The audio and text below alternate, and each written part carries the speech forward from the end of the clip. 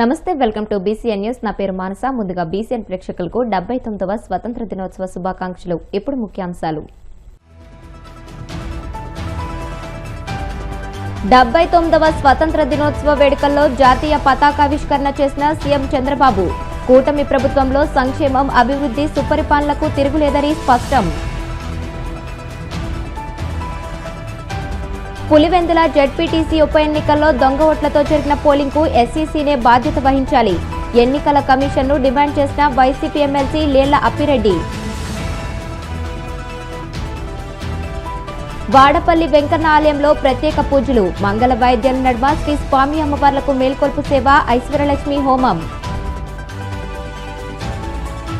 దేశవ్యాప్తంగా ఘనంగా 79వ స్వతంత్ర దినోత్సవ వేడుకలు. ఎర్రకోటపై జాతీయ పతాకాన్ని ఎగురవేసిన ప్రధాని మోదీ. 79వ స్వతంత్ర దినోత్సవం సందర్భంగా సీఎం చంద్రబాబు రాష్ట్ర ప్రజలకు కీలక కానుకలను ప్రకటించారు. ఇందిరాగాంధీ స్టేడియంలో జాతీయ జెండాను ఎగురవేసిన అనంతరం ఆయన ప్రసంగిస్తూ మహిళల కోసం ఆర్టీసీ బస్సుల్లో ఉచిత ప్రయాణ సౌకర్యం కల్పించే స్త్రీశక్తి పథకాన్ని ప్రారంభిస్తున్నట్లు వెల్లడించారు. ఈ చారిత్రాత్మక రోజున తన ప్రభుత్వం అధికారంలోకి వచ్చిన ఏడాది కాలంలో సాధించిన ప్రగతిని ప్రజల ముందు ఉంచారు. ఈ సందర్భంగా సీఎం చంద్రబాబు మాట్లాడుతూ ప్రజలు గెలవాలి, రాష్ట్రం నిలవాలి అనే నినాదంతో 2024 ఎన్నికల్లో ప్రజలు చారిత్రాత్మక తీర్పు ఇచ్చారని, వారి నమ్మకాన్ని నిలబెడుతూ రాష్ట్రాన్ని పునర్నిర్మించడమే లక్ష్యంగా పాలన సాగిస్తున్నామని అన్నారు. కూటమి ఏడాది పాలనలో సంక్షేమానికి సాటి లేదని, అభివృద్ధికి అడ్డు లేదని, సుపరిపాలనకు పోటీ లేదని, ఇది ఒక ఆల్ టైమ్ రికార్డ్ అని సగర్వంగా ప్రకటించారు.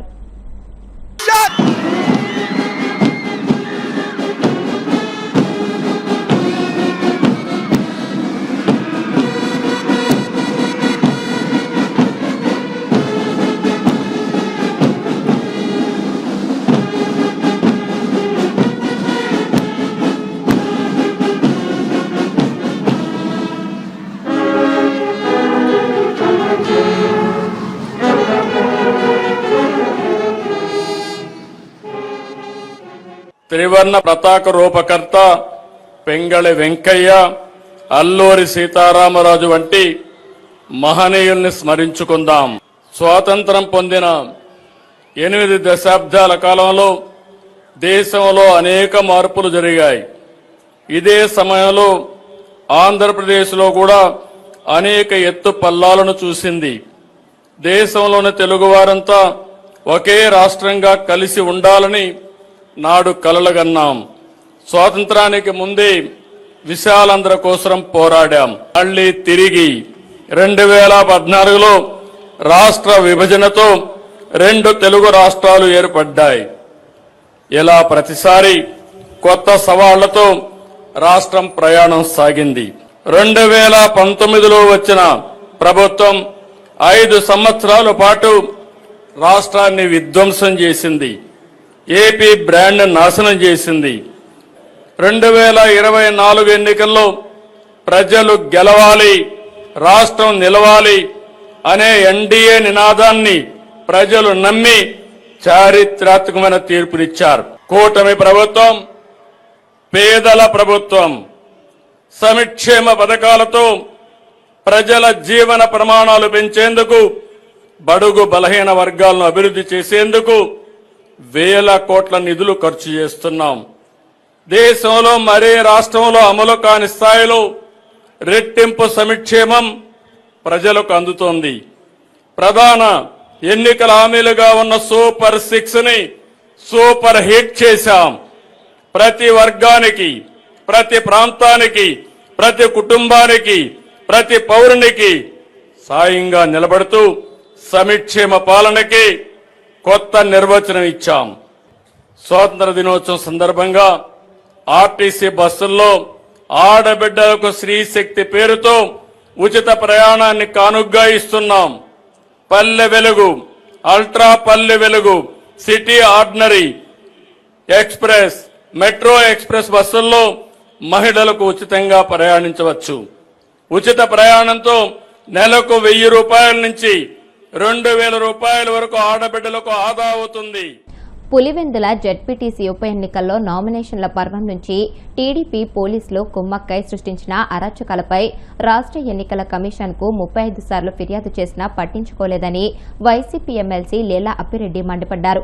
తాడేపల్లి వైసీపీ కేంద్ర కార్యాలయంలో ఆయన మీడియాతో మాట్లాడుతూ అన్ని ఆధారాలతో మేం ఫిర్యాదులు చేసినా కనీసం ఒక్కదానిపైన కూడా ఎన్నికల కమిషనర్ చిత్తశుద్దితో చర్యలు తీసుకోలేదని ధ్వజమెత్తారు. అందువల్లే ఈ ఎన్నికల్లో టీడీపీ యథేచ్ఛగా పోలీసులను కాపలా పెట్టుకుని మరీ దొంగ ఓట్లు వేయించుకుందని, మొత్తం ఎన్నికల ప్రక్రియనే అపహాస్యం చేసిందని ఆగ్రహం వ్యక్తం చేశారు. ప్రజాస్వామ్యంను పట్టపగలే కూనీ చేసిన కూటమి ప్రభుత్వ అరాచకానికి రాష్ట్ర ఎన్నికల కమిషనే బాధ్యత వహించాలని అన్నారు. ఎవరిని మభ్యపెట్టడానికి ప్రయత్నం చేస్తా ఉన్నారు. పులివెందుల జడ్పీటీసీ సంబంధించి కానీ, ఒంటిమిట్ట జడ్పీటీసీ సంబంధించి కానీ ఎన్నికలు ఏ విధంగా జరిగాయో వాళ్ళు మేము చెప్పాల్సిన అవసరం. రాష్ట్రంలో ఏ ఒక్కరిని కదిలించినా కూడా ఎన్నికలు జరిగినటువంటి తీరుని ప్రతి ఒక్కరు బజార్లో మాట్లాడుకుంటా ఉన్నారు. కనీసం వాళ్ళన్నా కనుక్కోండబ్బా. ఆఫీసుల్లో కూర్చోనో మాట్లాడుకునే మాటలు కావి. మీకు ఎంతమంది, ఓ పక్క police department, entire police department, మరోపక్క రెవెన్యూ వ్యవస్థ, మరోపక్క వ్యవస్థలన్నీ కూడా కాపాడవలసినటువంటి గురుతరమైనటువంటి బాధ్యత కలిగినటువంటి రాజ్యాంగబద్ధమైనటువంటి ఎన్నికల కమిషన్ కళ్ళుండి కూడా చేష్టలుడికి చూస్తున్నటువంటి పరిస్థితుల్లో ఇన్ని రకాలుగా దౌర్జన్యాలు చేసి, ఇన్ని రకాలుగా వైఎస్ఆర్ కాంగ్రెస్ పార్టీ కార్యకర్తల్ని, నాయకుల మీద అక్రమ కేసులు బరాయించి, బైండ్ ఓవర్ కేసుల పేరుతో వందలాది మందిని పోలీస్ స్టేషన్లో కూర్చోబెట్టి పోలింగ్ కేంద్రాలు మార్చి, చరిత్రలో ఎప్పుడు కూడా చూడలా ఏ ఊరు వాళ్ళు ఆ ఊర్లో ఓటు వేసుకోవడం అనేది మనం సహజంగా చూస్తూ ఉంటాం. కానీ మొట్టమొదటిసారిగా రాష్ట్రంగా, దేశంలో కూడా ఇటువంటి పరిస్థితులు పోలింగ్ కేంద్రాలు మార్చేశారు. ఆ కేంద్రాల మార్పు సంబంధించి కూడా ఎక్కడా కూడా రాజ్యాంగబద్ధంగా తీసుకోవలసినటువంటి కనీస చర్యలు కూడా తీసుకోలేనటువంటి పరిస్థితుల్లో మార్పులు చేసి, ఓటింగ్కి ఓటర్ని దూరం చేసి ఇవాళ గెలిచి ఆ గెలుపుని గెలుపుగా ప్రజాస్వామ్యబద్ధంగా గెలిచామనే సంకలు గుద్దుకుంటా ఉంటే అసలు నిజంగా మాకు ఆశ్చర్యం కలిగింది. మాకు నిజంగా 685 ఓట్లు, ఆ ఓట్లు కూడా వస్తాయని మేము ఊహించలా. ఎందుకంటే వేసుకుంది వాళ్లే కదా, ఏదో పొరపాటు తెలియజేసి ఉంటారు ఆ ఓట్లు కూడా. పులివెందుల జడ్పీటీసీ ఎన్నికల్లో వైఎస్ఆర్ కాంగ్రెస్ పార్టీకి 685 ఓట్ల. అసలు ఎవరైనా నమ్ముతారా? మీరే అనేక మార్లు చెప్పారు పులివెందుల వైఎస్ఆర్ కుటుంబానికి అడ్డా అడ్డా అడ్డా అడ్డా అడ్డా అని. అది ఒక కంచు కోట అని చెప్తా వచ్చారు. 685 ఓట్లు వస్తాయా వైఎస్ఆర్ కాంగ్రెస్ పార్టీకి? అంటే రాష్ట్ర ప్రజలు అంత అమాయకులని మీరు భావిస్తూ ఉన్నారా? పోలింగ్ రోజు ఎవరు వచ్చారు? ఓట్లు వేసింది ఎవరు? ఆ ఓటర్లు ఓట్లు వేశారా?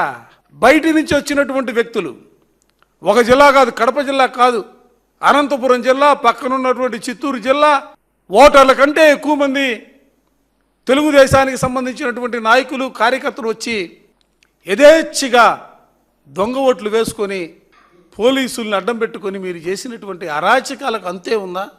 దయచేసి ఆలోచన చేసుకోమని ఈ సందర్భంగా కోరుతా ఉన్నా. తెలుగుదేశం నాయకులు చేస్తున్నటువంటి దౌర్జన్య కాండాలపైన దానికి వత్తాసుగా పోలీసు డిపార్ట్మెంట్, అక్కడే డిఐజీ స్థాయి అధికారి పులివెందుల్లోనే మకాం వేసి వైఎస్ఆర్ కాంగ్రెస్ పార్టీ కార్యకర్తల్ని ఇబ్బందులు పెడుతున్నటువంటి వైనం, అరెస్టులు కానీ, బైండ్ ఓవర్లు కానీ, జైలుకు పంపే వైనం కానీ, వీటన్నిటిపైన కూడా మీకు వివరంగా సాక్ష్యాధారాలతో సహా వినతి పత్రాలు ఇచ్చాం. కనీసం రవాణా వ్యవస్థ లేనటువంటి 4 కిలోమీటర్ల దూరం వెళ్లి ఓటు వేయాల్సినటువంటి పరిస్థితులు ఉన్నాయి. దేశంలో ఎక్కడైనా కూడా ఎన్నికల కమిషన్ ఓట్ల శాతాన్ని పెంచాలా, ఓటర్లందరూ కూడా నిర్భయంగా వాళ్ళ ఓట్లు వాళ్ళు వేసుకునే అవకాశాలు కల్పించడానికి ప్రయత్నాలు చేస్తున్నటువంటి ఈ పరిస్థితుల్లో కూడా మీరు ఓటర్లని ఓటింగ్ దూరంగా చేసేదానికి 2 కిలోమీటర్ల నుంచి 4 కిలోమీటర్లు అంతకు ముందు ఉన్నటువంటి పోలింగ్ బూత్ని మార్చి ఓటర్ని ఓటింగ్ దూరం చేసినటువంటి వైనం పైన విపులీకరంగా వినతి పత్రాలు ఇచ్చామే. స్పందించరా మేడం? ఈ దేశంలో ప్రజాస్వామ్యం మనుగడ కొనసాగించాలంటే, వ్యవస్థలు సక్రమంగా పనిచేయాలంటే ఎలక్షన్ కమిషన్ పటిష్టమైనటువంటి పరిస్థితుల్లో ఉండాలా. శేషన్ గారి గురించి వింటా ఉంటాం, చరిత్ర కథలకథలుగా చెప్పుకుంటా ఉంటాం. అటువంటి రీతిలో ఈ ఎన్నికల కమిషన్ గారిని కూడా మేము కోరాం. ఆ పద్ధతిలో మీరు కూడా వ్యవహరించాలా, స్వతంత్రంగా ఉండాలా, నిష్పక్షపాతంగా ఎన్నికలు జరిపించడానికి మీరు ఆలోచన చేయాలా, ప్రయత్నం చేయాలా, తప్పు చేస్తున్నటువంటి అధికారులపైన చర్యలు తీసుకోవాలా. కోనసీమ తిరుమలగా వర్ధిల్లుతున్న వాడపల్లి శ్రీ వెంకటేశ్వర స్వామి ఆలయంలో శుక్రవారం ప్రత్యేక పూజలు వైభవంగా నిర్వహించారు. మంగళ వాయిద్యాల నడుమ శ్రీ స్వామి అమ్మవార్లకు మేల్కొల్పు సేవను నిర్వహించిన అనంతరం ఐశ్వర్యలక్ష్మి హోమాన్ని జరిపించారు. అర్చకులు శ్రీ స్వామి అమ్మవార్ల వసంత మండపంలో అష్టోత్తర పూజలు నిర్వహించగా ప్రత్యేక అలంకరణలో ఉన్న స్వామిని దర్శించుకుని భక్తులు తరించిపోయారు.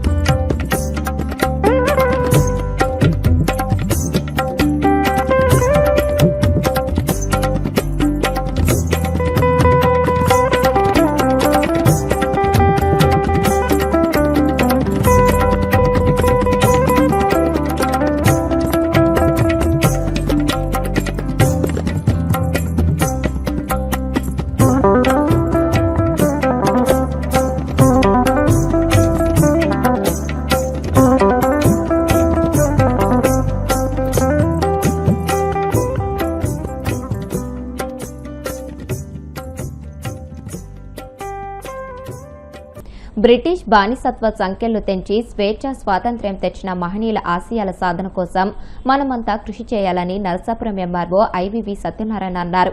పశ్చిమ గోదావరి జిల్లా నరసాపురం తహసీల్దార్ కార్యాలయంలో స్వతంత్ర దినోత్సవ వేడుకలు ఘనంగా నిర్వహించారు. తొలుత మహాత్మా గాంధీ చిత్రపటానికి పూలమాలలు వేసి నివాళులర్పించారు. ఈ సందర్భంగా ఎంఆర్ఓ మాట్లాడుతూ దేశ ప్రగతి ద్వారా ప్రజల కలను నిజం కావాలని పేర్కొన్నారు. ఎన్నో త్యాగాల ద్వారా దేశానికి స్వాతంత్ర్యం వచ్చిందని, మహనీయుల త్యాగాల ఫలితంగా ప్రతి ఒక్కరూ స్వేచ్ఛగా జీవించే హక్కులు లభించాయని అన్నారు. స్వతంత్ర దినోత్సవం మనం ఈరోజు మన ఆఫీసులో జెండా ఎగరేసి అంగరంగ వైభవంగా జరుపుకుంటున్నాం. ఈ యొక్క స్వతంత్రం మనం అనుకున్నంత ఇంత సంతోషంగా వచ్చింది కాదు. తెల్లవాళ్ళు మన దేశాన్ని వచ్చి దోచుకుని 200 సంవత్సరాలు మన మీద వ్యాపారం అనే సాగుతో, ఈస్ట్ ఇండియా కంపెనీ సాగుతో వచ్చి మనల్ని, మన ప్రజల్ని పీడించి మన యొక్క ఉన్న వనరులను దోచుకుని మన మనుషులను కూడా చాలా చిత్రహింస చేస్తూ మనల్ని ఒక డర్టీ ఇండియన్స్ అంటూ ఎన్నో రకాలుగా హింసించి ఎదురు తిరిగిన వాళ్ళని, ఎంతోమందిని యోధుల్ని ప్రాణాలు తీసి జైల్లో పెట్టి మగ్గబెట్టి అనేక రకములుగా మన భారతీయుల్ని చాలామందిని ఇబ్బందులకు గురి చేశారు. అలాగే స్వతంత్రం కావాలని ఎదురుతిరిగినటువంటి ఎందరో మహానుభావుల్ని చంపడం జరిగింది. అదే దానిలో మన జాతిపిత మహాత్మా గాంధీ గారు ఇది మనకి అహింసావాదం కాదు, మనం శాంతియుతంగానే మన యొక్క కోరికలు సాధించాలి, మన స్వతంత్రాన్ని మనం సాధించుకోవాలి అంటూ మన ఉప్పు సత్యాగ్రహం అని, క్విట్ ఇండియా అని ఇలా కొన్ని చాలా పెద్ద ఉద్యమాలు చేసి ఎంతోమంది మన పోరాట యోధుల్ని ఆ ఇదిలో మనం కోల్పోయి 1947 ఆగస్టు 14 రాత్రి ఈ తెల్లదొరలో మనకి మన దేశాన్ని అప్పగించి వెళ్ళిపోవడం జరిగింది. అప్పటి నుంచి ఆగస్టు 15 రోజుని మనం ఎంతో ఆనందంతో మనకు వచ్చినటువంటి స్వతంత్రాన్ని మనం ఒక పండగలాగా జరుపుకుంటాం, మనకు ఆనవాయితీ. అలాగే ఇప్పటికీ మనకు 79 సంవత్సరాలు అయిపోయింది మన స్వతంత్రం వచ్చి. ఈ స్వతంత్రం వచ్చినటువంటి మన కోసం ప్రాణాలు అర్పించిన అందరికీ కూడా మనం ఎంతో రుణపడి ఉన్నాం. ఇప్పుడు కాసేపు ప్రకటనలు.